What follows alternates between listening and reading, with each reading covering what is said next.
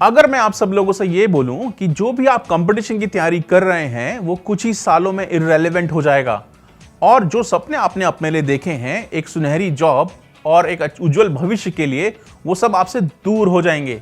तो I think ये statement भी आपको बहुत स्केयर करती होगी, जैसे इसने मुझे किया है।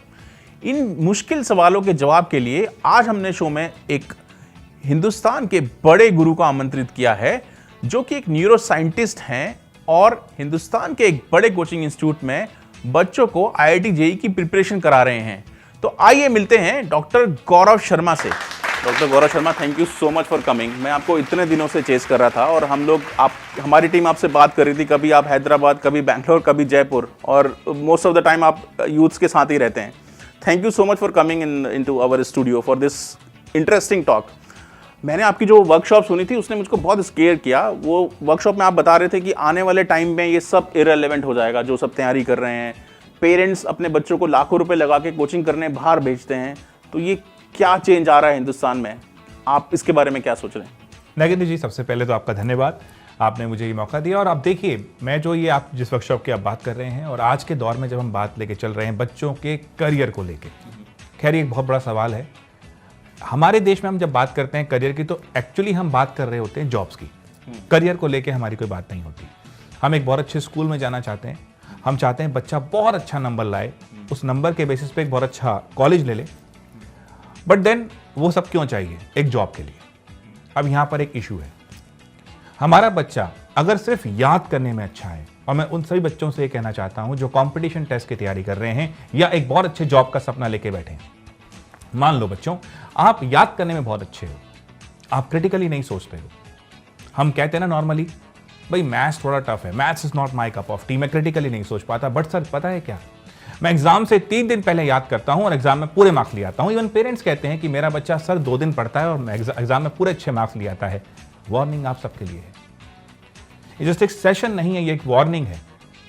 अब आप एक छोटा सा एग्जाम्पल लेके मैं आपको समझाता हूं।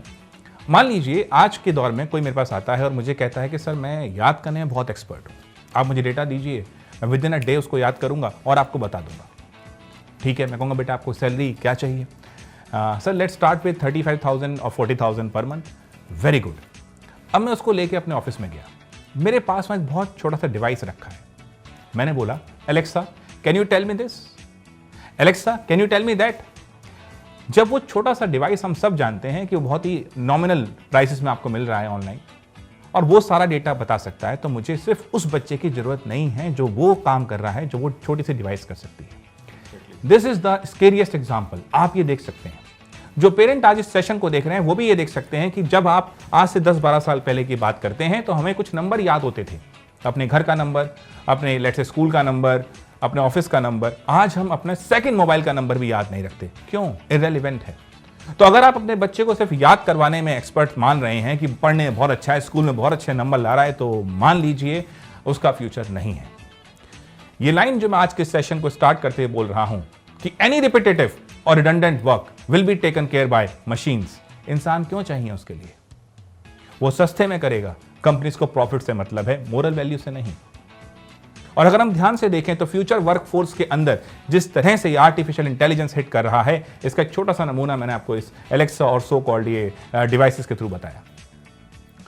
आज अगर आप देखते हैं, और मैं ये कोई बहुत डिस्टेंट फ्यूचर की बात नहीं कर रहा हूं, मैं आज की बात कर रहा हूं। आज एक बहुत बज़वर्ड हम सब सुन रहे हैं, चैट जीपीटी। गूगल जैसी बड़ी कंपनी की अगर मैं बात करता हूं तो आज उसके लिए रिपोर्ट्स हैं, उसके वापस उसके फाउंडर आ गए हैं जस्ट बिकॉज ऑफ ये आर्टिफिशियल इंटेलिजेंस जो हिट कर रहा है। तो इस माहौल में अगर बच्चों आप सिर्फ या जो भी अपने करियर में कुछ आगे जाना चाहता है, बार बार मैं इसको ठीक कर रहा हूं, आप जिसको करियर कहते हैं उसका एक्चुअली जॉब है, करियर नहीं है, तो फ्यूचर में इन सभी तरह की जॉब्स को मशीन्स टेक ओवर करेंगी। And again this is not the distant future, this is the near future. तो अब बच्चों को सोचना पड़ेगा डिफरेंट तरीके से। बिल्कुल सही बोला डॉक्टर आपने, और मुझे ये दिख रहा है अपने चारों तरफ, क्योंकि मेरे घर पे भी जो छोटे बच्चे हैं वो एलेक्सा से इतना कंफर्टेबल हो गए हैं। पर ये बात रही टेक्नोलॉजी वाली जॉब की। अगर हम बात करते हैं मेडिकल फील्ड की, वहां क्या ये रेलिवेंट है, ये थ्रेट? Definitely sir. अब देखो, मैं इसको बोलूं, अनफॉर्चुनेटली हमारे देश में बहुत बच्चे तैयारी करते हैं हमारे मेडिकल एग्जाम की, जिसको हम नीट का एग्जाम कहते हैं, और हमें ऐसा लगता है कि सिर्फ याद करेंगे, नीट का एग्जाम है, याद करने के साथ हो जाएगा, बच्चा याद करेगा। और अनफॉर्चुनेटली जब मैं देखता हूं कि सोशल मीडिया प्लेटफॉर्म पे, यूट्यूब पे हम एकदम से कहते हैं कि इस बच्चे ने 7 साल लगाए, 8 साल लगाए, फिर नीट के एग्जाम को क्वालिफाई करा। आप ध्यान से सोचिए, ये अच्छा नहीं है। उसने अपने पूरे प्रोडक्टिव ईयर्स में वेस्ट कर दिए हैं। आप देखिए 2-3 साल में अगर आप इस एग्जाम को कर पा रहे हैं, आप एनालिटिकली सोच पा रहे हैं, तो आप एक अच्छे डॉक्टर हैं। मशीन्स ज्यादातर रिपोर्ट्स को रीड कर लेंगी। आज हम blood pressure, oxygen matrix, other biometric systems को एआई से ले रहे हैं। ये एक बहुत बड़ा मिसकंसेप्शन है बच्चों। जितने भी लोग मेडिकल डॉक्टर बनना चाहते हैं, आपको ये सोचना पड़ेगा, सिर्फ याद करके काम नहीं होगा। आपको अपनी एनालिसिस, अपनी एनालिटिक वैल्यू बढ़ानी होगी। जितने ही बच्चे मेडिकल साइंस में जाना चाहते हैं, अगर वो बायोलॉजी इसलिए लेते हैं कि मेरा मैथ्स कमजोर था, मैं बायोलॉजी ले लेता हूं, मत आना मेडिकल फील्ड में, नहीं हो पाएगा। This session is pretty crucial. आप चाहें तो मैं बच्चों से बोलूंगा, अभी इसको सेव कर सकते हैं। पेरेंट जो सुन रहे हैं उसको भी ध्यान से समझ सकते हैं। जहां जहां रिपीटिशन है, जहां जहां रिपोर्ट्स को जस्ट पढ़ना है, वहां वहां आपकी रिक्वायरमेंट नहीं है। एनालिसिस इंप्रूव करना पड़ेगा, मैथमेटिकल एटीट्यूड अच्छा करना पड़ेगा if you want to become a doctor. अगर सिर्फ एमबीबीएस की डिग्री लेनी है तो एक अलग बात है। बहुत स्केरी है ये। आई थिंक जो पिछले 10-12 सालों से ट्रेंड चल रहा था, वो अचानक एक डिफरेंट डायरेक्शन की तरफ बढ़ रहा है। आई थिंक सबको टच करना चाहिए। थैंक यू डॉक्टर गौरव, आपने इस पॉइंट को टच किया। ये था फ्यूचर, लेकिन बहुत स्केरी था। आप कितने सालों से पढ़ा रहे हैं, बच्चों के साथ जुड़े हुए हैं? सर लगभग मुझे अब 2 डिकेड्स हो चुके हैं। वाह। और प्रोफेशनली अगर मैं बात करता हूँ, मैं अपना कॉलेज डेज से ही इसमें था पढ़ाने में। और बच्चों को मैंने पढ़ने का पैटर्न देखा है। और यहाँ मैं एक बात जरूर कहना चाहता हूँ, हमारे पास स्टूडेंट्स हैं, हमें चाहिए लर्नर्स। सोचो, जिस देश के अंदर नागेंद्र जी लगभग 30 लाख स्टूडेंट हर साल मेडिकल और इंजीनियरिंग की तैयारी करता है, वो देश साइंस में इतना पिछड़ा हुआ क्यों? करेक्ट। द रीजन इज हम बहुत आगे हो सकते हैं, हमारे पास बहुत अच्छे रिसोर्सेज हैं, हमारे साइंटिस्ट बहुत अच्छा कर रहे हैं। आप देखिए, हमें जो रिसोर्सेज बाहर से नहीं मिले, हमारे साइंटिस्ट ने यहाँ बिल्ड कर दिए। बट द प्रॉब्लम इज, अगर हमारा यूथ सिर्फ इसलिए इंजीनियरिंग देना चाहता है, इसलिए डॉक्टर बनना चाहता है कि पैसा बहुत आएगा। हाँ। देखिए डॉक्टर कितना पैसा कमा रहे हैं, देखिए इंजीनियर की 2-2 करोड़ के पैकेजेस हैं। माइंड इट, अच्छे इंजीनियर बनो, अच्छे डॉक्टर बनो, पैसा कॉन्सिक्वेंस है, पर्पस ठीक करो।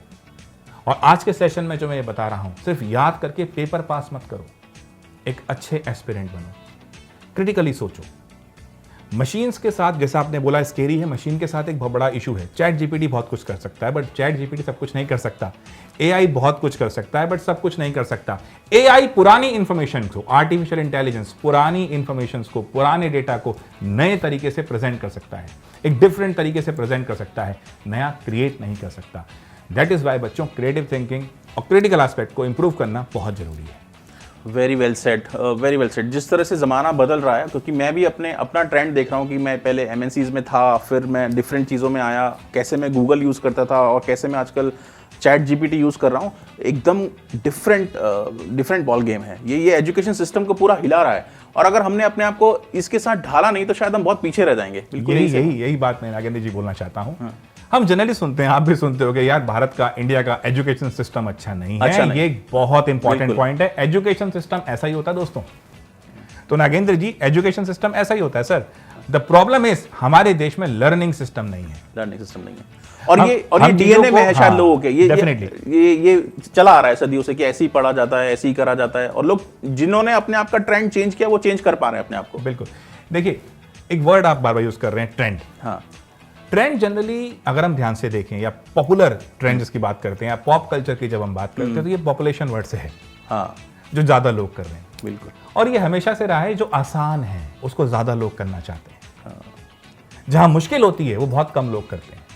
और यही वो वजह है जिसके साथ हम चलें तो हम ट्रेंड को फॉलो करना चाहते हैं। हमें सेफ लगता है, बहुत लोग कर रहे हैं तो हम सेफली इसे कर जाएंगे। But let me tell you again, let me warn you कि अगर हम अब करियर की तरफ जाना चाहते हैं, अब मैं यहां से चेंज कर रहा हूं। अभी तक आप देख रहे थे कन्वेंशनल करियर, जिनको हम जॉब्स बेसिकली कहते हैं, वो अब नहीं रहेंगे। क्योंकि अब मैंने आपसे कहा रिपीटेटिव काम मशीन्स करेंगी। यहां से जो करियर आपको बिल्ड करना है, तो देन फिर से वही चीज आ रही है, आपको लर्निंग अपने पे ध्यान देना पड़ेगा। और आप देखिए, मैं जनरली एड्स देखता हूं, कभी टीवी पे, कभी सोशल मीडिया पे, तो वहां पर आ रहा होता है, एक बड़ी अच्छी एडटेक कंपनी है, वो they are talking about 2 teacher concept. Absolutely waste. Actually teachers कहते हैं, हमारे पेरेंट्स कहते हैं कि भाई हमने ट्यूशन लगा दी है बच्चों की। Absolutely waste. ट्यूशन नहीं, guidance, to some extent coaching, but proper हाथ पकड़ के आप बच्चे को अगर पढ़ाएंगे तो आप बच्चे को बेकार कर देंगे। पेरेंट्स से सीधा सवाल है, अगर बच्चे को हमेशा गोद में लेके घूमोगे तो बच्चा चलना सीख जाएगा। बहुत डीप थॉट है। और यही अब आ रहा है। मुझे अपने इस देश के लिए जो चिंता है, जो आज इस सेशन में मैं कहना चाह रहा हूँ, जो उस वर्कशॉप में मैं कह रहा हूँ, मैं सुनता हूँ लोग आते हैं कहते हैं कि there are so many career options. Absolutely wrong. Career option नहीं है। आप बच्चे को बेवकूफ मत बनाइए। करियर ऑप्शन बिल्कुल नहीं है। वो सोचता है ये नहीं तो ये कर लूंगा, ये नहीं तो ये कर लूंगा, नहीं कर सकता। हम असली मुद्दे पे ध्यान नहीं देते। एक बहुत छोटा एग्जांपल नागेंद्र जी लेता हूं मैं। मान लीजिए अभी इस सेशन के बाद आप और मैं एक बहुत अच्छे दिल्ली के रेस्टोरेंट में चलते हैं। बहुत बड़ा मेन्यू कार्ड है, बहुत सारे ऑप्शन हैं उसके अंदर, बट जाते जाते लेट से हमने नीचे से छोले भटूरे खा लिए। अब हम पहुंच गए, मेन्यू कार्ड बहुत अच्छा है, ऑप्शंस बहुत हैं, बट क्या अब आपके लिए और मेरे लिए हैं? नहीं। ऐसा क्यों नहीं है? क्योंकि अब हमें भूख नहीं है। हम सबको यह बात ध्यान देनी होगी।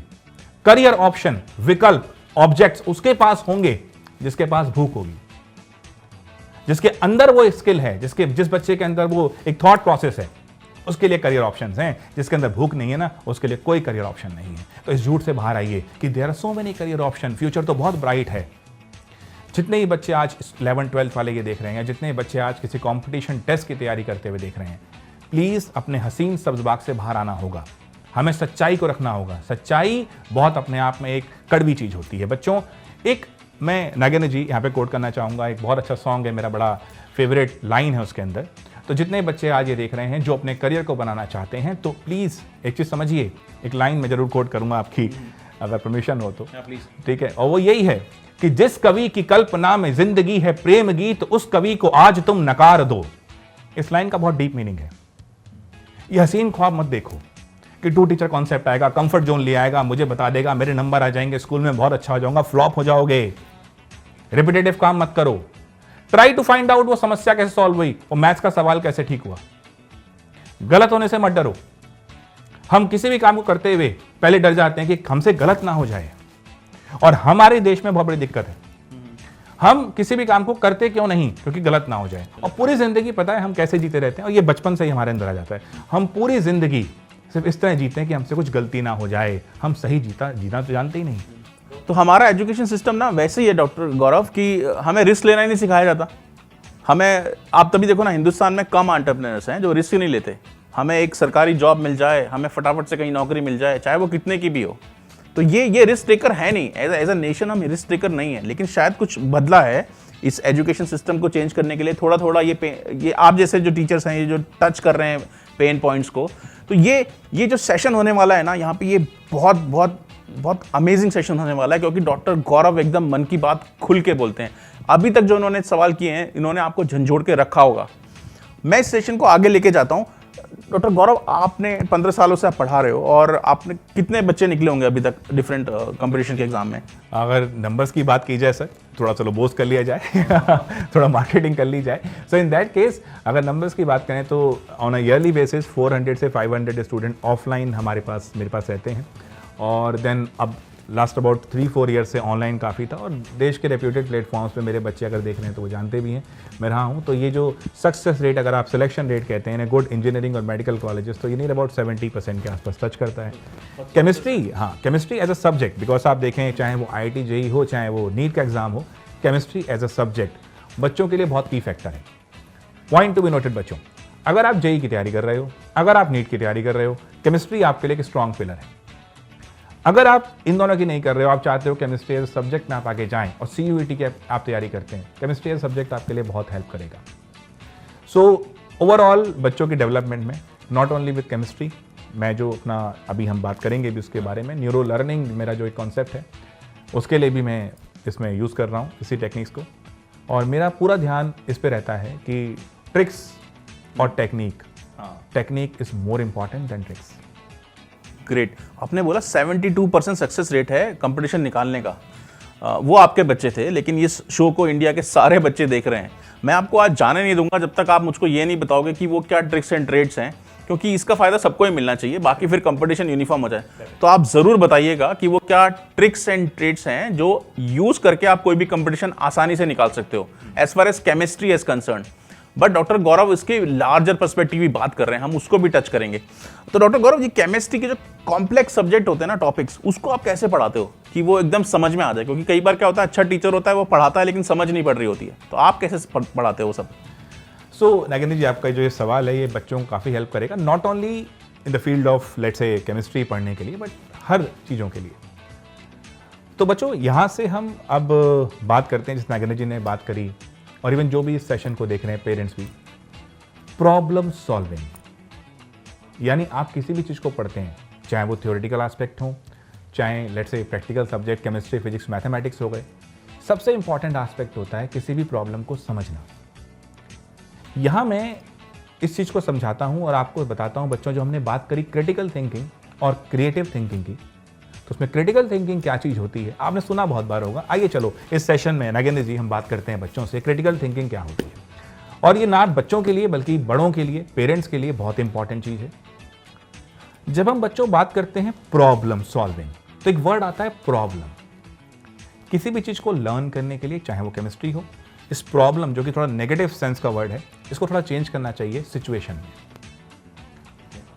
अब इस बात को समझाने के लिए मैं एक क्वेश्चन आप लोगों से पूछता हूं। मेरा एक बड़ा फेमस क्वेश्चन है, मैं जनरली बच्चों से पूछता हूं, द केक प्रॉब्लम। सभी लोग ध्यान से इस प्रॉब्लम को सोचिएगा।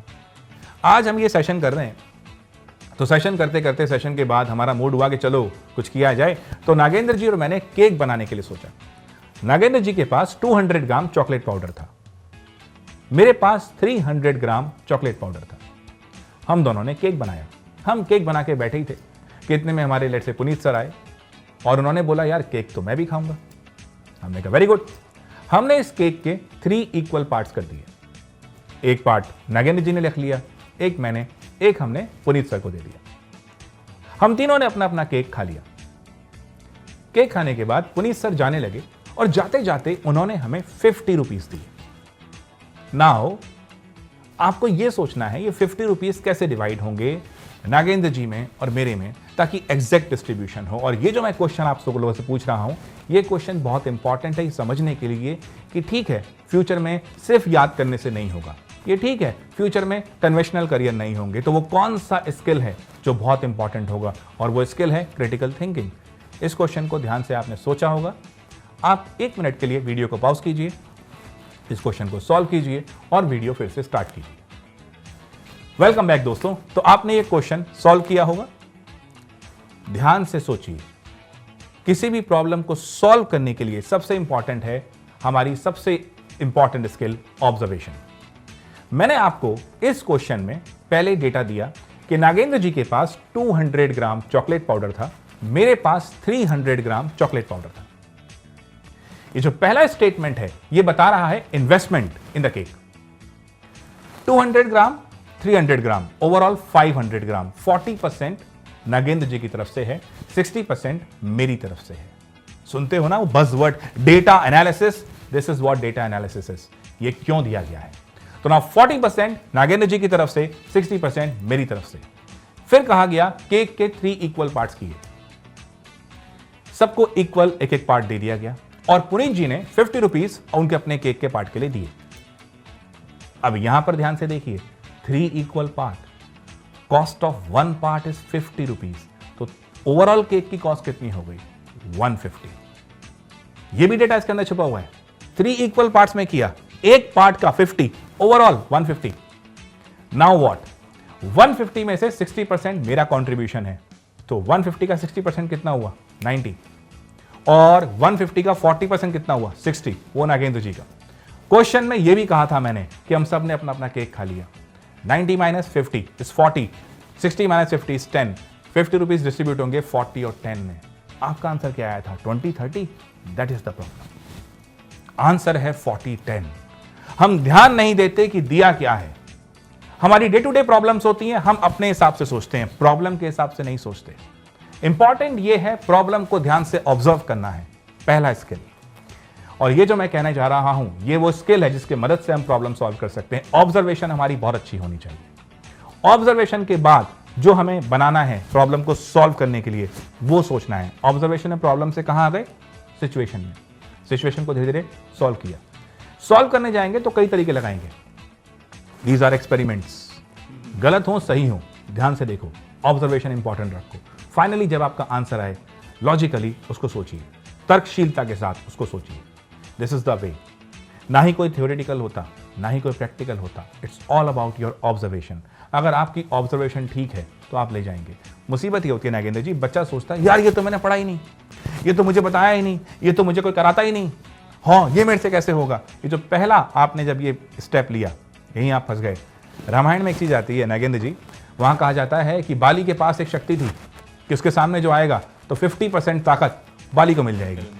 एक्चुअली प्रॉब्लम यही है, हम जब किसी प्रॉब्लम को सॉल्व करने बैठते हैं as a student, as a learner, तो हम कहते हैं हाँ प्रॉब्लम तो कितनी बड़ी है, हमें तो किसी ने बताई नहीं, तो हमारी आधी ताकत प्रॉब्लम के पास चली जाती, तो उसको हम सॉल्व करने लायक बचते नहीं।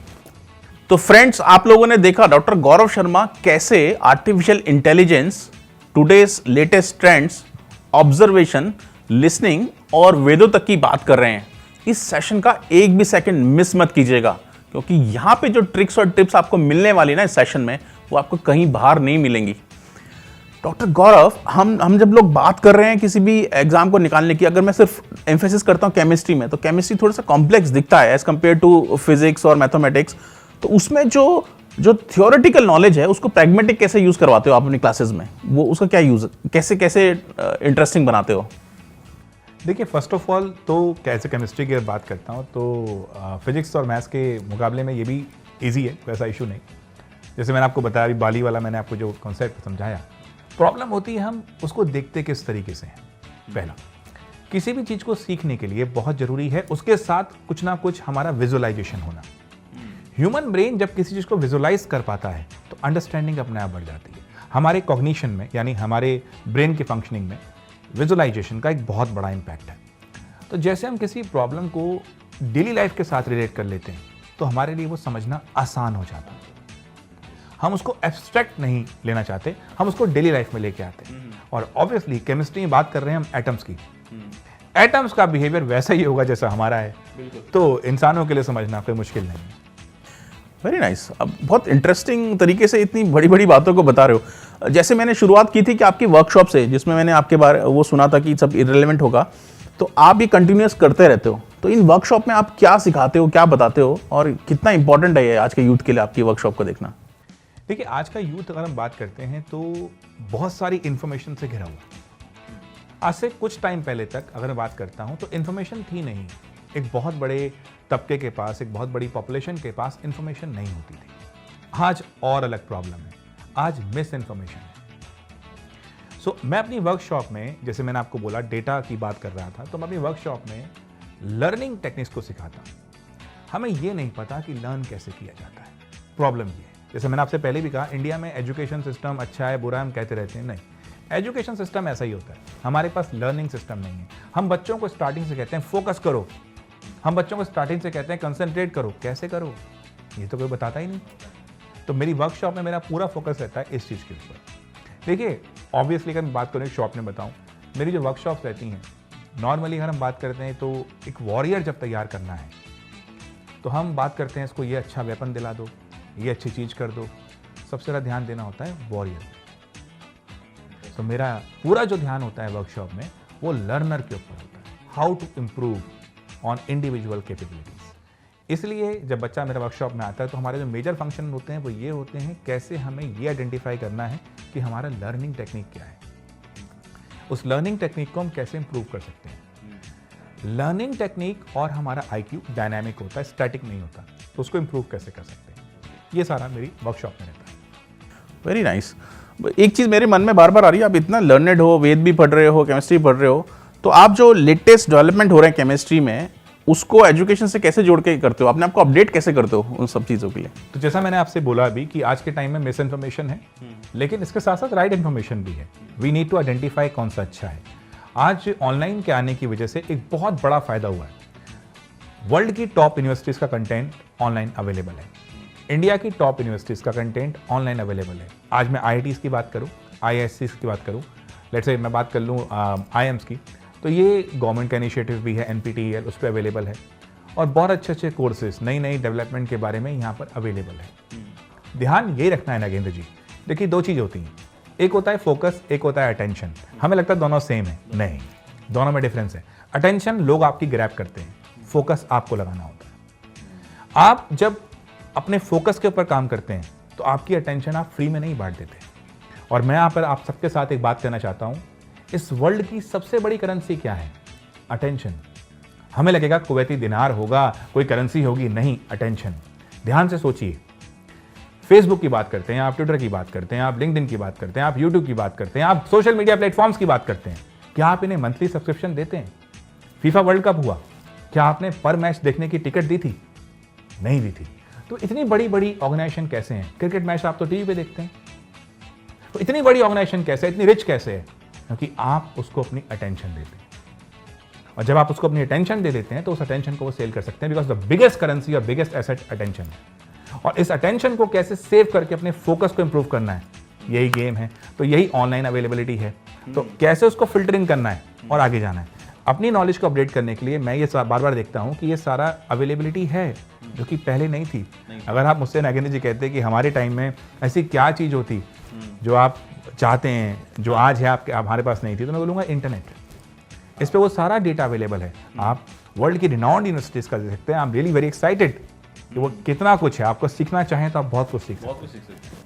वही है, एक अटेंशन चाहिए और एक इंटेंशन चाहिए। आपका इंटेंशन अगर है कुछ भी करने के लिए तो आपको कुछ भी रोक नहीं रहा है। सब कुछ अवेलेबल है आपके पास, आपके घर पे। आप इंटरनेट खोलिए और उसको पढ़ना शुरू कीजिए। वही है ना कि कुछ लोग टाइम वेस्ट कर रहे हैं, उसको कहीं मतलब कंज्यूम करने में ना वेस्ट करो, क्रिएट करने में अपना टाइम लगाओ। तो आप बच्चों से हमेशा कहता हूं मैं, प्रॉब्लम ये है, दो तरह की बातें होती हैं। एक बात जो आपको सुनने में अच्छी लगती है, एक बात जो आपको अच्छा बनाती है। अब चॉइस आपकी है, आप क्या चुनते हैं। Very very interesting. मतलब आप ऐसे पॉइंट कर रहे हो ना कि मैं भी अंदर से हिल रहा हूँ। कि मैं हमेशा गुरु से बोलता हूँ, आप लोग मेरी लाइफ में पहले क्यों नहीं आए? क्योंकि अगर ऐसा टीचर मेरे पास होता तो मेरा डायमेंशन तो एकदम अलग होता। ये आज जो सब मैंने सीखा है, इतने साथ लाइफ को जीते हुए सीखा है। और आप ये बच्चों को ऐसे ही बता रहे हो कि क्या चीज़ करनी है। अभी मैं ये देख रहा था कि आप लोग जब पढ़ाते हो तो कई जो वर्कशॉप लेते हो तो उसमें मोटिवेट भी करते हो, उसको इंकरेज भी करते हो। एक क्लास में या आप 15 साल से पढ़ा रहे हो तो पूरी क्लास का बच्चे का तो मेंटल स्टेटस एक नहीं होता ना। किसी का मेमोराइजिंग स्किल अच्छा है, किसी का एनालिटिकल स्किल अच्छा है, किसी का कॉम्प्लेक्स थ्योरम को सॉल्व करने का स्किल अच्छा है। तो आप जो 70 to 80% का रिजल्ट निकालते हो तो आप ऐसा क्या करते हो कि पूरी क्लास को समझ में आए? क्योंकि हर बच्चा अलग है, हर बच्चा यूनिक है। तो आप ऐसा क्या करते हो? देखिए, इंसानी दिमाग के साथ एक बहुत सही चीज़ है जो मैंने अभी बात भी करी, पर्पस। हम जो भी काम कर रहे होते हैं तो हमारा एक पर्पस होता है। अब जैसे बहुत सिंपल लेता हूँ, अगर आप बात करते हैं जॉब और करियर के डिफरेंस की भी, वही बच्चों के साथ भी बताता हूँ, तो बहुत सिंपल डिफरेंशिएशन है। अगर आपको कोई काम करते हुए ऐसा नहीं लग रहा कि आप वो एज ए जॉब कर रहे हैं, एज ए ड्यूटी कर रहे हैं, बस वही आपका करियर है। बच्चा जब पढ़ने आता है तो मैं उसके पर्पस को डिफाइन करता हूँ। और ये बहुत सिंपल है। बच्चा जब 10th से ऊपर आता है और वो कोशिश करता है और वो सोचता है कि मैं तो IITian हूँ, मैं तो IIT पहुँच गया, मैं तो डॉक्टर हूँ, मैं तो डॉक्टर बन गया। नहीं, अभी वो 11th-12th का स्टूडेंट है। मैं उसको रियलाइज़ कराता हूँ कि अभी वो IITian नहीं है, अभी वो डॉक्टर नहीं है, अभी वो 11th-12th का स्टूडेंट है। उसका पर्पस है इन सब्जेक्ट के साथ दोस्ती करना, इन सब्जेक्ट को समझना, इनको लर्न करना अच्छे से। उससे पर्पस क्लियर होता है उसका। देखिए नागेंद्र जी, बड़ा एक अच्छा चीज़ आपने बोली, मोटिवेशन। एक्चुअली मैं मोटिवेशन के अगेंस्ट हूँ। मोटिवेशन एक्चुअली उस काम के लिए दिलाया जाता है जिसको आप करना नहीं चाहते। एक्चुअली हाँ, जिस काम को करने में आपको डिफिकल्टी हो रही है, आपको समबडी कोई चाहिए जो बोले नहीं तुम कर सकते हो, तुम फोड़ दोगे, तुम ये कर दोगे। What is this? मोटिवेशन नहीं, डिसिप्लिन जरूरी है। लाइफ में कंसिस्टेंसी, डिसिप्लिन जरूरी है, मोटिवेशन नहीं। अब वहाँ पर मैं बहुत ज़्यादा मोटिवेट हो जाएं कि नहीं यार हम तो बहुत कुछ कर देंगे और हम पहुँच जाएं प्लेन उड़ाने या लेट्स से हार्ट सर्जरी करने, we can not do it. Correct, ठीक है। अब क्या होता है, मोटिवेशन से नुकसान होता है।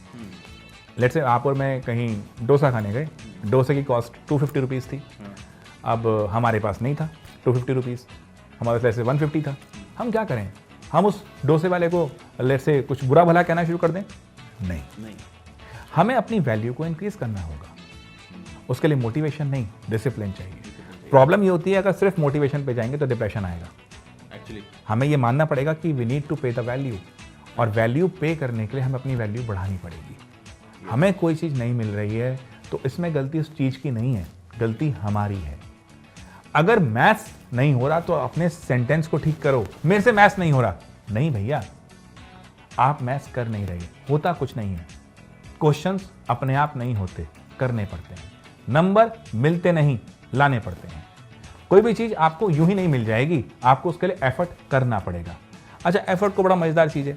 बच्चे सोचते हैं कि हम तो कोशिश कर रहे हैं, कोशिश कुछ नहीं होती, या तो इंसान करता है या नहीं करता। फॉर एग्जाम्पल, मैंने अभी मुझे बड़ा अच्छा लगा था ये कॉन्सेप्ट। आपके सामने ये पेन पड़ा है, या तो आप इसको उठा लेंगे या आप उसको नहीं उठाएंगे। कोशिश क्या करेंगे? पेन उठाने की कोशिश कुछ नहीं होती। बिल्कुल सही बात। अब जब बच्चे मुझसे कहते हैं सर हमने कोशिश की, मैंने कोशिश नहीं, आपने क्वेश्चन किए होंगे ना, आपने 10 की, आपने 20 की, आपसे नहीं हुए, बट करे तो सही। कोशिश क्या होती है, इस बात को समझना बहुत जरूरी है।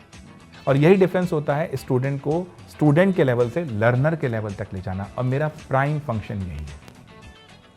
जब पूरी क्लास में हम बात करते हैं, कोई मेमोराइजेशन में अच्छा, जो आपने बोला, कोई एनालिसिस में अच्छा, कोई मैथ्स में अच्छा, वो उनकी एक तरह से स्टूडियस एबिलिटी है, एज ए स्टूडेंट एबिलिटी है। जब वो लर्नर बनते हैं तो वो समझते हैं मेरा यहाँ कमज़ोर है और ये नहीं, तो उस पर वर्क करते हैं। कितने आसानी से डॉक्टर गौरव ने ये सब चीजें एक्सप्लेन कर दी। जैसे मैंने शुरुआत में बात की थी कि गौरव एम्फेसिस कर रहे हैं ऑब्जर्वेशन में, लिसनिंग में, अब वो एम्फेसिस कर रहे हैं प्रैक्टिस में। ये खुद कुछ अपने आप नहीं हो जाएगा, जो कुछ करेगा आपको करना पड़ेगा। मोटिवेशन आपकी रिजिडिटी थोड़े टाइम के लिए हिला सकता है, लेकिन करना आपको ही पड़ेगा। गौरव, मैं एक बहुत इंपॉर्टेंट एस्पेक्ट पे आ रहा हूँ कि अभी अभी हम कोविड से बाहर आए हैं, और कोविड के टाइम पे हमने देखा था कि हम सब घर पे थे और इंटरनेट ने हमें बहुत हेल्प की डिजिटली पढ़ने की। तो आप पिछले 15 सालों से पढ़ा रहे हो, आपको क्या सही लगता है, डिजिटली पढ़ना या फिर क्लासरूम में टीचर के आगे पढ़ना? क्या सही है? आज के पेरेंट्स अगर अपने बच्चे को कहीं भेजे तो कहाँ? अपने घर के एनवायरनमेंट के अंदर, लैपटॉप के सामने, या फिर कहीं उसको कोचिंग सेंटर भेजें टीचर के सामने? टीचर तो खैर डिजिटली भी मिल रहा है, लेकिन क्या एम्फेसिस आप इंपॉर्टेंस देते हो जिसको? बिल्कुल नागेंद्र जी, यहाँ पर मैं कोट करना चाहूँगा भारत के पहले ऑनलाइन स्टूडेंट के बारे में। भारत छोड़िए, विश्व इतिहास का पहला ऑनलाइन स्टूडेंट कौन थे? अगर हम ध्यान दें तो एकलव्य। इनका जिक्र आता है, अगर देखा जाए तो डिस्टेंस लर्निंग या ऑनलाइन लर्निंग की जब बात करते हैं तो पहले डिस्टेंस लर्निंग या ऑनलाइन लर्निंग के स्टूडेंट कहे जा सकते हैं। अगर आप ऑनलाइन पढ़ना चाहते हैं, अगर आप डिस्टेंस लर्निंग से पढ़ना चाहते हैं, तो एक्चुअली आपके पास स्किल होना चाहिए एकलव्य जैसा। उनके पास ऐसा क्या स्किल था? डेडिकेशन। मोस्ट ऑफ अस के हमारे पास वो डेडिकेशन नहीं होता, तो हम ऑनलाइन या लेट्स से डिस्टेंस एजुकेशन के अंदर अच्छा परफॉर्म नहीं कर सकते। हमें चाहिए होता है सामने से प्रेशर, और प्रेशर अच्छा होता है, नो डाउट, प्रेशर बहुत जरूरी होता है। तो सामने से प्रेशर यानी ऑफलाइन का जो इम्पैक्ट है वो काफ़ी बढ़िया होता है। तभी आप देखिए लेटली जिन कंपनीज ने ऑफलाइन के बारे में बहुत कुछ बोला था, वो भी ऑफलाइन में एंटर कर रही हैं, है ना। तो जिनको हम सो कॉल्ड हम कहते हैं एड टेक कंपनीज, मैं यही बात करना चाहता हूँ, टेक्नोलॉजी से पहले वर्ड आता है ed. We need to work on education then technology. तो ऑफलाइन एक बहुत इंपॉर्टेंट पिलर है, ऑनलाइन एक आपका एक हेल्पिंग हैंड है। अगर आपके पास डेडिकेशन बहुत स्ट्रांग है, आपके पास एक एकलव्य जैसी डेडिकेशन है, आपके लिए ऑनलाइन बेस्ट है, आपको जरूरत नहीं है। बिल्कुल। और यही मेरा बात है, जब आप स्टूडेंट की बात करते हैं वो ऑफलाइन जाएगा, जब आप लर्नर की बात करते हैं वो ऑनलाइन जाएगा। बिल्कुल डॉक्टर गौरव, आप बिल्कुल सही बात पे ना पॉइंट आउट कर रहे हो, क्योंकि मैं इतने टीचर्स से मिल रहा हूँ, अलग अलग शहरों के, कई स्टूडेंट से मिल रहा हूँ, कई पेरेंट्स से मिल रहा हूँ, तो मुझे मालूम चलता है कि कुछ सेल्फ स्टडी स्टूडेंट्स भी हैं और कुछ होम ट्यूशंस भी करते हैं, कुछ इंस्टीट्यूशनल कोचिंग करते हैं, और कई लोग वेब और मोबाइल एप्लीकेशन से पढ़ते हैं। तो जो सेल्फ स्टडी कर रहे हैं वो भी तो कंपटीशन निकाल रहे हैं ना, वो भी कहीं नहीं जा रहे। तो वो जो आप डिसिप्लिन की बात कर रहे हो, और वो जो आप डेडिकेशन की बात कर रहे हो, हार्डवर्क की बात कर रहे हो, ऑब्जर्वेशन की बात कर रहे हो, तो वो उन लोगों के अंदर था। हालांकि उनका परसेंटेज कम दिखता है अभी, लेकिन वो लोग कर रहे हैं, इससे भी निकाल रहे हैं एग्जाम्स। तो ये बातें ध्यान रखना बहुत जरूरी है। इस YouTube सेशन को, इस एपिसोड को आप स्टोर करके रख लेना, इसमें इतना कुछ है आपको सक्सेसफुल बनाने के लिए कि आप मिस नहीं कर सकते। मैं गौरव सर के पास दोबारा जाऊंगा, इनको इंसिस्ट करूंगा, आज इनको जाने नहीं दूंगा जब तक ये वो ट्रिक नहीं बताएंगे कि आप अपना मेडिकल और IIT JEE का एग्जाम किस ट्रिक से निकालते हो। डॉक्टर गौरव, एक छोटा सा लाइट मोमेंट पे लेके जाता हूँ। मुझे ये जानना है कि आप आपने बताया नहीं कि आप मैथमेटिशियन भी हो और आप मोटिवेटर भी हो, मुझे तो आपके अलग अलग रूप दिखाई दे रहे हैं अभी।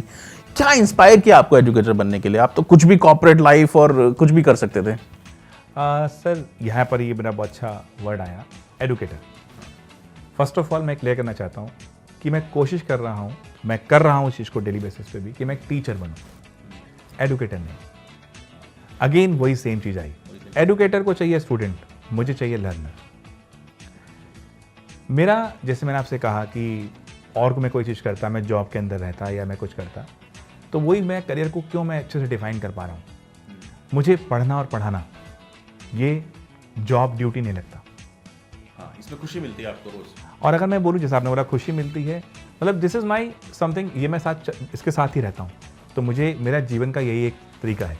तो मुझे लगता नहीं कि मैं काम कर रहा हूँ। जैसे आपने बोला मैं अभी काफ़ी जगहों पर रहता हूँ, कई जगह चीज़ें करता हूँ, तो वो आप कह रहे हैं तो मेरा ध्यान गया, अदरवाइज़ मेरा ध्यान भी नहीं जाता कि मैं ये चीज़ कर रहा हूँ। तो बेसिकली यही डिफरेंस है जॉब और करियर में, जिसे करते हुए आपको लगे ना कि आप एक काम कर रहे हैं, या फिर संडे कब आएगा, वीकेंड कब आएगा, या लेट से तनख्वाह कब मिलेगी, मुझे सैलरी कब मिलेगी, मैं इसलिए काम कर रहा हूँ। एक छुट्टी में मैं बहुत आनंदित हो जाता हूँ, या मैं शाम के 6 बजने का वेट करता हूँ। वो आपकी जॉब है, करियर नहीं है।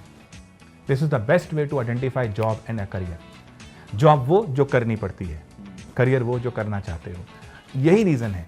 तो अब यहाँ मैं बच्चों से कहना चाहता हूँ और पूरे हिंदुस्तान के लोगों से कहना चाहता हूँ, प्लीज़ उस मेंटेलिटी से कि जहाँ हम कहते हैं कि एक वेल डिफाइंड पाथ है कि हम पढ़ेंगे, नंबर लाएंगे, स्कूल जाएंगे, नौकरी करेंगे, शादी करेंगे, हैप्पी एंडिंग, हमारी मूवी से वहीं एंड हो जाती हैं।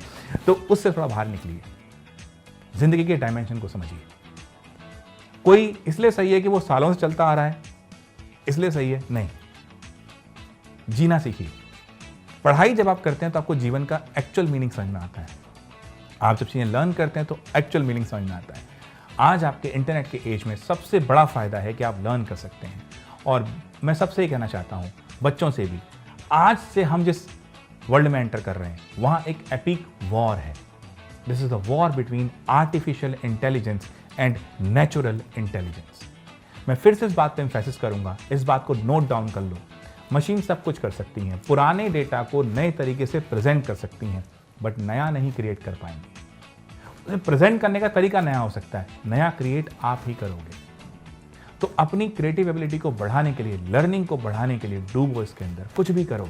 जरूरी नहीं, मैं ये नहीं कह रहा कि आप IIT से जाओ, आप डॉक्टर्स ही बनो। आप जो भी कर रहे हैं, हर लाइन के अंदर लर्निंग पाथवे एक ही होता है। यहाँ मैं सर एक बात शेयर करूंगा। कई बार बच्चों के माइंड में होता है कि सर सचिन तेंदुलकर ने कौन सी IIT करी थी, या लेट से शाहरुख खान ने कौन सी जो है मेडिकल की पढ़ाई करी है, तब भी बहुत अच्छा करियर बनाया है। एब्सोल्युटली राइट, पाथवे सेम है। सचिन तेंदुलकर के विषय में भी अगर आप बात करते हैं तो उनके बारे में भी कहा जाता है। आप सबको पता है कि जब वो फर्स्ट टाइम पाकिस्तान के दौरे पे थे तो एक आर्टिकल आया था उस पर कि रात को अराउंड 150 के आसपास उनके रूम से आवाज़ आने लगी। तो उनके जो साथ में लोग थे या पाकिस्तान टीम के प्लेयर थे, वो गए उनके रूम में दौड़ते हुए, भाई कोई प्रॉब्लम तो नहीं है। देखा तो सचिन ने बॉल लटका रखी थी, प्रैक्टिस कर रहे थे। और वो दिन था जब वो पूरे दिन बैटिंग करके आए थे। चाहे आप IITian बनना चाहते हैं, चाहे आप सचिन तेंदुलकर बनना चाहते हैं, चाहे आप एक बहुत अच्छा एक्टर बनना चाहते हैं, पाथ सेम है। हार्डवर्क, पाथ पे वही है। और हार्डवर्क भी तब हार्डवर्क जब आपको लगे ना कि वो हार्डवर्क है। डॉक्टर गौरव, आपने बहुत अच्छा पॉइंट टच किया। मुझे एक स्टोरी याद आती है कि उनके गुरु थे अचरेकर सर, और उन्होंने सचिन तेंदुलकर और विनोद कांबली दोनों को सिखाया था।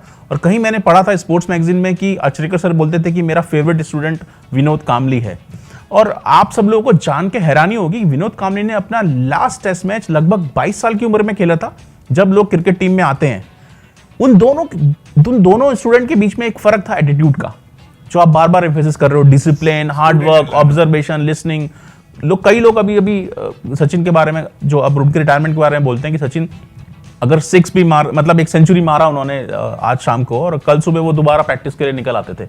वो अपने घर पे भी है तो 7 बजे हमेशा ग्राउंड पे प्रैक्टिस करते रहते थे। वो ऐसा नहीं करते थे जो कॉमन लोग कर रहे हैं कि सुबह सुबह उठ के पहले मोबाइल देखा, फिर व्हाट्सअप देखा, फिर टिंडर देखा, फिर फेसबुक देखा। वो नहीं कर रहे। वो उनका जो कोर काम है, सबसे पहले वो उसको करते हैं, और उसके बाद दिन में जब टाइम मिलता है तब उस पर आते हैं। तो ये देखना पड़ेगा कि कहाँ मेरा टाइम जा रहा है, कहाँ मैं टाइम वेस्ट कर रहा हूँ। ये बहुत बहुत अमेजिंग टॉक हो रही है। मेरा मन नहीं कर रहा है इसको रोकने के लिए, बस थोड़ा सा लाइट बनाते हैं थोड़े माहौल को। केमिस्ट्री पढ़ाते हुए आपका फेवरेट एलिमेंट क्या है और क्यों? बहुत बढ़िया क्वेश्चन। मेरा फेवरेट एलिमेंट कार्बन है। अब कार्बन क्यों है? कार्बन के बारे में अगर मैं बात करूं तो कार्बन हमें बहुत कुछ सिखाता है। कार्बन वो एलिमेंट है जो ऑर्गेनिक केमिस्ट्री को पूरा बिल्ड करता है, और कार्बन हम सबके अंदर है। हम कहते हैं God is everywhere, carbon is everywhere. Carbon हमें क्या सिखाता है? गॉड लाइक अगर मैं बात कर रहा हूं एक एलिमेंट की, वो कार्बन है। कार्बन की 2 बड़ी स्पेशल प्रॉपर्टी। नंबर 1, कार्बन अपने आप से जुड़ता है। कार्बन अपने आप से जुड़ के लॉन्ग चेन्स बनाता है। कार्बन हमें ये सिखाता है कि दुनिया से जुड़ना छोड़ो, अपने आप से जुड़ो। तभी गॉड लाइक बन पाओगे। कार्बन की ये जो प्रॉपर्टी है ये बहुत अलग है। हम कहते हैं ना, हम सब देखिए, नागेंद्र जी भी होंगे, नागेंद्र जी अपने वाइफ के हस्बैंड हैं, ठीक है, अपने बच्चों के फादर हैं, नागेंद्र जी अपने ऑफिस में एम्प्लॉय हैं, नागेंद्र जी बहुत सारी चीज कर रहे हैं। नागेंद्र जी नागेंद्र के लिए क्या है? जब पूरी जिंदगी दूसरों के हिसाब से जी रहे हो, अपने लिए क्या हो? कार्बन ये सिखाता है अपने आप से जुड़ो। सेकंड, कार्बन ये सिखाता है, दो ही प्रॉपर्टी कार्बन की बहुत अलग है जो उसको गॉड लाइक एलिमेंट बनाती है। सेकंड, कार्बन जब भी शेयर करता है, बॉन्ड बनाता है, शेयरिंग बॉन्ड बनाता है, बट उससे शेयर करता है जो उससे थोड़ा सा बेटर है। हम केमिस्ट्री में बोलते हैं इलेक्ट्रोनेगेटिविटी, उससे, यानी वो उससे जुड़ना, शेयर करना चाह रहा है, अगर अपने आप के अलावा, जो उससे एक तरह से बेटर हो रहा है किसी खास कंडीशन में। आप जिसके साथ अपना वक्त शेयर कर रहे हो, आप चाहे यूट्यूब पे रील्स देख रहे हो, जो भी कर रहे हो, अगर आप अपने से बेटर चीज़ों को, अपने आप को बेटर बनाने के लिए इस टाइम को शेयर कर रहे हो, देन ओनली आप जा सकते हो। Very interesting. ये सेशन सुन के मुझे लगता है कि आप फटाफट से अपनी किताबें उठा के पढ़ने लग जाओगे। मुझे समझ नहीं आ रहा इस सेशन को मैं केमिस्ट्री में डालूं कि फिलॉसफी में डालूं कि मोटिवेशन में डालूं। Thank you so much Gaurav sir, आपने एक पूरी स्टूडेंट लाइफ का हर एस्पेक्ट टच कर दिया। ये बहुत अच्छे से आपने बताया कि किस डायरेक्शन में जाना चाहिए। ये यूथ जो एज होती है ना, वो बहुत जल्दी एक थिन लाइन पे चल रही होती है, इधर उधर होना बड़ा आसान होता है उसके लिए। और आप जैसे गुरु अगर किसी को मिल जाए तो वो एक लॉटरी जैसा ही है, वो बहुत आराम से निकल जाता है। बट मुझे एक चीज़ और पूछनी थी कि केमिस्ट्री का ऐसा कौन सा एस्पेक्ट है जो पढ़ाते हुए बड़ी परेशानी होती है? हाँ, केमिस्ट्री से देखिए, केमिस्ट्री भी क्या, लाइफ में परेशानी हमें वहाँ होती है जहाँ हमें उम्मीद कुछ और होती है और वो एक्चुअल कुछ और होता है। केमिस्ट्री से जनरली बच्चों का हमारे देश में कि ये इस तरह का एहसास है, बच्चों को एक एक्सपेक्टेशन है कि याद करने वाला सब्जेक्ट है। ऐसा नहीं। तो बच्चों का इस माइंडसेट से मुझे थोड़ा टकराने में इनिशियली प्रॉब्लम होती है। याद करने का नहीं, समझने का टॉपिक है ये। और ये कहीं ना कहीं बेसिक इशू है। केमिस्ट्री से मैन्युफैक्चरिंग बहुत ज़्यादा होती है, दवाइयाँ, फूड प्रोडक्ट, आप देखें सब कुछ। बट इंडिया में मोस्टली हम ये सोचते हैं कि यार ये तो याद करने वाला है, तो हम इसमें थोड़ा सा कम हो जाते हैं। तो ये एक ऐसा एस्पेक्ट है, किसी भी चीज़ को लर्न करने के लिए कोशिश कीजिए, याद करने के लिए नहीं। मैंने इस सेशन के स्टार्ट में ही कहा था, अगर सिर्फ याद कर रहे हो तो आप मशीन से नहीं जीत पाओगे। वो आपसे एनी डे याद करने में, डेटा को स्टोर करने में बढ़िया रहेगी। इनफाइनाइट डेटा स्टोर कर सकती है, आप नहीं कर सकते। वो थकती नहीं, आप थक जाओगे तो आप कहाँ तक कम्पीट करोगे। अभी आप चैट जीपीटी की बात कर रहे हैं, तो आप ये सोचिए, वो अभी जो ट्रेन कर रहा है मशीन को सॉफ्टवेयर इंजीनियर्स की प्रोफाइल में, यानी फिर देन जो कोड्स आप लिख रहे हैं वो चैट जीपीटी लिखेगा। चैट जीपीटी लिख ही रहा है, सिंपल कोड लिख रहा है और एडवांस भी लिखेगा। तो दैट मीन्स आप कोई भी रिपीटेटिव काम नहीं कर पाएंगे। इसको सोचिए। केमिस्ट्री पढ़ाते हुए मुझे ये दिक्कत होती है, बच्चों की होती है एक्सपेक्टेशन, ये तो याद करेंगे सर, हो जाएगा। समझो, सिर्फ याद नहीं, एक ऑर्डिनरी और एक एक्स्ट्रा ऑर्डिनरी में बस एक फ़र्क होता है। ऑर्डिनरी इंसान सोचता है व्हाट इट इज़, ये क्या है। एक्स्ट्रा ऑर्डिनरी सोचता है व्हाट इट कैन बी, ये क्या हो सकता है। ये एक बहुत इंपॉर्टेंट एस्पेक्ट है, चाहे केमिस्ट्री के लिए वैसे भी बच्चों को लर्न कराने में। बहुत अच्छा। एक सवाल मेरे मन में काफ़ी देर से आ रहा है कि साइकाइट्रिक, साइकोमेट्री और न्यूरोसाइंस, इसके बारे में कुछ बताइए। क्योंकि मैंने देखा है कई पेरेंट्स अपने बच्चों का साइकोमेट्रिक टेस्ट कराते हैं और कई लोग नहीं भी कराते।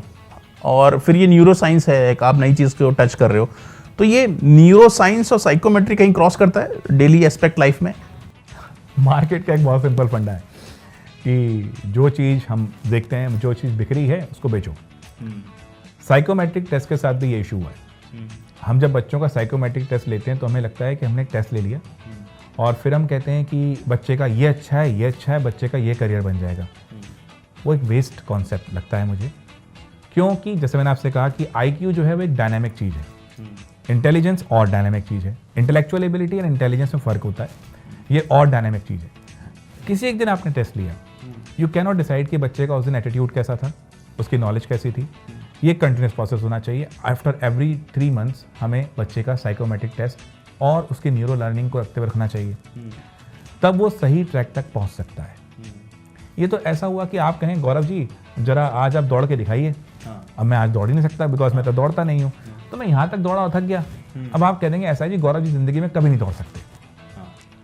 ये साइकोमेट्रिक टेस्ट को हमने बना लिया है क्योंकि वो बिक रहा है तो उसको बेचा जा रहा है। तो लेकिन एजुकेशन में और लर्निंग में एक चीज़ समझनी पड़ेगी, साइकोमेट्रिक एक कंटिन्यूस प्रोसेस है। हमें बच्चे को उस हिसाब से तैयार करना होगा। न्यूरोसाइंस एक बहुत की कंपोनेंट है, कॉग्निशन सिखाता है, मेमोरी, लर्निंग ये सिखाता है जिसको मैं इनकॉर्पोरेट कर रहा हूँ। साइकोलॉजी एक बहुत इंपॉर्टेंट एस्पेक्ट है, जैसा मैं कहता हूँ, वो हेनरी फोर्ड साहब ने भी कहा था कि if you think you can do it you are right, if you think you can not do it you are right. तो वो जो साइकोलॉजी है वो बहुत इंपॉर्टेंट है। प्रॉब्लम ये है, बच्चे को आगे बढ़ने में सबसे बड़ी रुकावट जो आ रही है आज के टाइम में, वो मैं देख रहा हूँ पेरेंट्स के थ्रू आ रही है। प्रॉब्लम ये है कि पेरेंट्स ओवर पेरेंटिंग कर रहे हैं, तो बच्चा कंफर्ट जोन में आ रहा है और वो लड़ नहीं पा रहा है, और फिर पेरेंट्स ही कहते हैं यार ये कर नहीं पाए, और पेरेंट्स ही बता रहे होते हैं कि ये क्यों नहीं कर पाए। तो बच्चा कहाँ है? सही बात है। तो यहाँ पर पेरेंट्स को भी देखना पड़ेगा कि अपने बच्चे को थोड़ा सा टफ सिचुएशन में डालिए, उस लर्न करे, इस अपने एजेंडे से और अपने ईगो से बाहर आइए कि बच्चे के नंबर बहुत अच्छे होने चाहिए ताकि मौसी और चाचा को बताया जा सके। ये बहुत फ्रैंक है, इससे बाहर आइए, बच्चे की लर्निंग पे ध्यान दीजिए। अपने सोसाइटी में, अपनी रिश्तेदारों में बखारने के लिए स्कूल के नंबर अच्छा आ जाए, मैं 2-3 ट्यूशन लगा दूंगा, बर्बाद कर रहे हैं आप बच्चे को, फ्यूचर में आप ही परेशान हो जाएंगे। उसकी लर्निंग पे ध्यान दीजिए, उसके फेलियर्स से उसको लड़ना सिखाइए, नहीं तो वो बर्बाद हो जाएगा। तो ये एक बहुत इंटरेस्टिंग एस्पेक्ट है। This is the combination of psychology and neuroscience. मैंने आपसे बोला ये एक बड़ा इशू है। हिंदुस्तानी बच्चा शुरुआत से जी रहा होता है कि मेरे से कुछ गलत ना हो जाए। हाँ, एक डर में जीता है, कर ही नहीं पाता, सही कर ही नहीं पाता। यही एक इशू है कि हमारे यहाँ से बहुत अच्छे चीज़ें निकलती नहीं। हमारे पास IITs हैं, IIMs हैं, बट हमारे पास माइक्रोसॉफ्ट, गूगल और लेट्स से एप्पल नहीं है, क्योंकि हम बस किसी तरह सही करना चाहते हैं, गलत ना हो जाए, बस इसी में जीना चाहते हैं। वो सही के डायमेंशन भी हमारे पुराने बनाए हुए हैं। थैंक यू डॉक्टर, आपने बहुत अच्छी दोबारा से एक और पॉइंट को करा कि वो प्रेशर जो होता है ना कि रिश्तेदारों में दिखाना है हमारा बच्चा कैसा हो गया, फिर मेरे चाचा के बेटे का जो बड़ा बेटा है या वो कोई है तो वो निकल गया IIT में, तो तुम क्यों नहीं IIT में निकल रहे हो, उसको भी धक्के देते हैं IIT में, और फिर वो जो फेलियर वो बहुत टेंडर एज में फेस करना शुरू करते हैं ना, वो बहुत गलत जा रहा है यूथ के साथ। तो आप एज अ स्टूडेंट और एज अ पेरेंट इस बात का ध्यान रखें कि आपके बच्चे के या आपके अपने आप में क्या मेंटल एबिलिटीज हैं, क्या चीजें आप अच्छी कर सकते हो सकता है कि आप एलिमेंट्री मैथमेटिक्स बहुत अच्छी करते हो और कॉम्प्लेक्स थ्योरम को सॉल्व करने की कैपेबिलिटी कम हो। You might be a good army officer, other a good IIT graduate engineer. तो ये आपको अपना एनालिसिस करना पड़ेगा। गौरव, मैं शो के एंड पे लेके जा रहा हूँ इसको, एपिसोड को, बट मेरे को ना वो पॉइंट टच करना जो हम डिस्कस कर रहे थे कि आप एक बुक पे भी काम कर रहे हो। जब एक न्यूरो साइंटिस्ट, एक टीचर जो 15 साल से पढ़ा रहा है, कोई बुक लेके आएगा तो सबको उसका वेट होगा, उसके बारे में कुछ पता बताइए। देखिए, जैसा मैंने आपसे कहा था कि हमें कहा जाता है कि फोकस कीजिए, कंसंट्रेट कीजिए, कैसे कीजिए ये कोई नहीं बताता। हमें ये कहा जाता है कि फेल नहीं होना, बट क्यों नहीं होना? जितनी बार आप फेल होंगे आप उस फेलियर से सीखेंगे और आप आगे डेवलप करेंगे। हमें कहा जाता है गुस्सा मत करो, रो मत, परेशान मत हो। अरे क्यों? करके देखना पड़ेगा। बिना चाय बनाए हुए मुझे चाय बनानी नहीं आएगी, तो बिना गुस्सा करे मुझे गुस्से पे कंट्रोल करना नहीं आएगा। मेरी जो ये बुक है न्यूरो लर्निंग के ऊपर है। This is a term, a message जो मैं बच्चों में और सब में देना चाहता हूँ।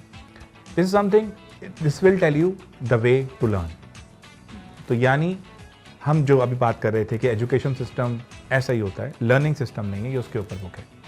हाउ टू लर्न, आप कैसे लर्न करेंगे, कैसे चीज़ों को समझेंगे, इसके ऊपर ये पॉइंट है। तो ये मेरी किताब इसी के ऊपर है और बहुत जल्दी अब आप देखेंगे ये आपके सभी प्लेटफॉर्म पे अवेलेबल होगी। और तो ये था मेरी बुक का प्रमोशन। नहीं, ये बहुत ज़रूरी है। ऐसी कोई बुक मेरे ख्याल से मुझे तो नहीं दिखती कि इंडियन किसी ऑथर ने लिखी है, और अगर वो ऑथर 15 सालों से यूथ के साथ है, वो न्यूरो साइंटिस्ट भी है, वो लिख रहा है, तो ये मुझे लगता है बहुत ऑथेंटिक किताब होगी। तो इसके बारे में अगर जानना है तो आपका कोई ऐप या वेबसाइट कुछ है जो हम दे सकते हैं अपने डिस्क्रिप्शन में? मैं आपको लिंक दे दूंगा, बच्चों तक आपको दे सकते हैं। ठीक है, तो डॉक्टर गौरव शर्मा जो लिंक दे रहे हैं वो आपका डिस्क्रिप्शन में आपको दिख रहा है नीचे, इसमें जाके आप इस बुक के बारे में पता कर सकते हैं। इस बुक का लॉन्च जल्दी होने वाला है, तो सारे प्लेटफॉर्म पे आपको ये किताब मिलेगी।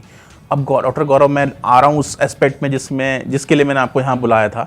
ये शो मतलब आप 400, 500, 1000 बच्चों को पढ़ाते हैं, लेकिन हिंदुस्तान में 50 लाख बच्चे पढ़ रहे हैं जो कि 11th 12th क्लास में है।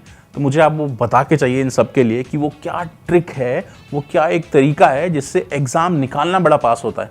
क्यों कुछ ही लोग निकाल पाते हैं और कुछ बाकी लोग रह जाते हैं, वो क्या ट्रिक है?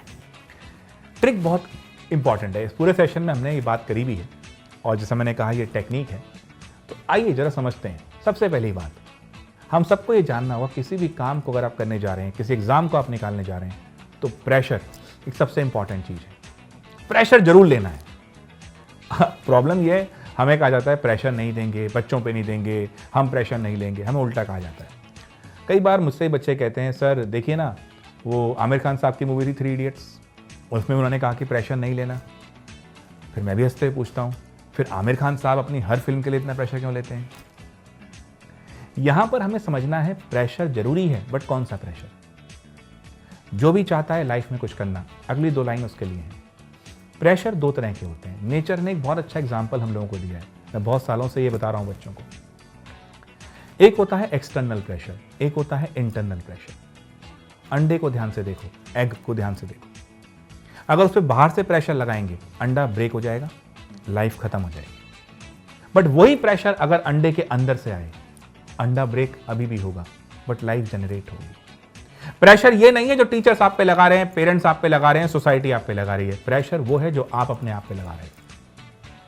अगर आपको ये पूरी तरह क्लियर है कि आपको ये एग्जाम क्यों निकालना है, अगर आपको पूरी तरह क्लियर है ये बिजनेस क्यों सेटअप करना है, अगर आपको पूरी तरह क्लियर है कि ये करियर क्यों बनाना है, तो आप अंदर से प्रेशर दोगे अपने आप को। और वो प्रेशर आपको कोई फेलियर, कोई रुकावट आपको रुकने नहीं देगी। बाहर के प्रेशर से नहीं, अंदर के प्रेशर से। कुछ हासिल करना चाहते हो, वो पर्पस को डिफाइन करो। डॉक्टर बनना है इसलिए नहीं कि डॉक्टर पैसा बहुत कमाता है, क्योंकि फिर आप डॉक्टर नहीं बन पाएंगे, फिर आपको जहां पैसा मिलेगा वहां मुड़ जाएंगे। डॉक्टर क्यों बनना है, डिफाइन दिस पर्पस। मुझे लेट्स से वीडियोग्राफर बनना है, क्यों बनना है, डिफाइन दैट पर्पस। मुझे हर उस फ्रेम को बहुत अच्छे से कैप्चर करना है। मुझे लेट्स से एक टीचर बनना है, तो क्यों बनना है, मुझे उस स्टूडेंट को लर्नर तक लेके जाना है। डिफाइन योर पर्पस क्लियरली, अपने आप को बताओ, किसी और को नहीं। प्रेशर अपने आप को दो, बाहर के प्रेशर की परवाह मत करो। लोग तो बोलते रहेंगे। अब जनरली बच्चे मुझसे कहते हैं कि सर पेरेंट्स प्रेशर दे रहे हैं कि तुम्हारे आईआईटी में नंबर नहीं आ रहे हैं, टेस्ट में नंबर नहीं आ रहे हैं, तो लेट्स से जेईई के टेस्ट में नंबर नहीं आ रहे हैं तो स्कूल पे ध्यान दे दो। मैं पूछता हूँ अपने पेरेंट्स से, आपके पेरेंट्स कौन सी लेट्स से कंपनी को संभाल रहे हैं, जरा उनसे पूछो। पेरेंट्स से भी साफ कहता हूँ, जरूरी तो नहीं है ना कि जो आपको प्रेशर दे रहा है वो वाकई प्रेशर देने लायक है। ये बहुत इंपॉर्टेंट कॉन्सेप्ट है। हमें प्रेशर चाहिए, बाहर से नहीं, अंदर से। और यही वो ट्रिक है। लेट्स से आप क्लास 10th में, आप 12th के बाद मेडिकल एंट्रेंस निकालना चाहते हैं। अपनी स्टडी टेबल पे मोटा मोटा एक कागज पे लिखो, 2 ऑप्शन लिखो। Option 1 pressure for 2 years, option 2 pressure for life time. याद रखना, अगर पहला ऑप्शन टिक नहीं किया, सेकंड ऑप्शन लाइफ अपने आप टिक कर देगी। परफेक्ट। तो ये मज़ेदार बात थी आज हमारी डॉक्टर गौरव शर्मा के साथ। Doctor Gaurav Sharma, thank you so much again. बहुत ज़बरदस्त इंसाइट दिया है आपने सब चीज़ों के बारे में। एक सरप्राइज़ हमारे लिए, जब हम आपको बुला रहे थे, आपसे मीटिंग लेने की बात कर रहे थे, तो हमारी टीम आपके चारों तरफ घूम रही थी, आपके स्टूडेंट से बात कर रही थी, कई पेरेंट्स से हम लोगों ने बात की। तो हम लोगों ने ये पाया कि आप हिंदुस्तान के उन टॉप गुरु में से हैं जो वेरीफाइड करते हैं इस एजुकेशन सिस्टम के गुरुओं को, राइट। तो हमने आपके लिए एक छोटा सा एक सर्टिफिकेट है। ये सर्टिफिकेट डॉक्टर गौरव शर्मा को हम दे रहे हैं as a verified top Guru of India, right. इसकी जो क्रेडेंशियल्स हैं वो पीछे लिखी हैं, वो हम कैमरे में नहीं दिखा रहे हैं क्योंकि वो यूनिक हैं। तो जब भी आप किसी टीचर के पास ऐसी टॉप गुरु वेरीफाइड वाली सर्टिफिकेट देखें, तो आप समझ जाइएगा कि इस गुरु के पास जाने से आपको सोचना भी नहीं है 2 बार, आप तुरंत जा सकते हैं। Thank you doctor Gaurav Sharma. Friends, doctor Gaurav Sharma for you. इनका वेबसाइट लिंक नीचे लिखा हुआ है, इनकी बुक आने वाली है, इनको आप यूट्यूब में भी फॉलो कर सकते हो, और इनके जो सोशल मीडिया हैंडल हैं वो नीचे हैं। तो doctor Gaurav Sharma, thank you so much again. तो ये था हमारा मजेदार धमाकेदार episode with doctor Gaurav Sharma, जिन्होंने हमें अंदर तक झंझोड़ा और हमको कई डायरेक्शन दी। ऐसे ही मजेदार गुरु और नई डायरेक्शन के लिए देखते रहिए गुरु टॉक्स। इस चैनल को सब्सक्राइब करना ना भूलें और बेल आइकन दबा के रखिएगा। हम जल्द ही आ रहे हैं एक नए शहर के नए गुरु को लेके, जो आपको हेल्प करेंगे अमेजिंग ट्रिक्स के लिए और बताएंगे नए ट्रेंड हिंदुस्तान में जो चल रहे हैं अपनी पढ़ाई या कंपटीशन को क्रैक करने के लिए। तो आप मेरे से जुड़े रहिए गुरु टॉक से। अगर आपके पास भी कोई ऐसा गुरु है जो गुरु टॉक्स में आ सकता है, तो आप मुझे मेरे ट्विटर अकाउंट @nbhat13 पे लिख सकते हैं। ये अकाउंट ओपन है और इस YouTube चैनल के कमेंट में भी आप उसके बारे में मुझको बता सकते हैं।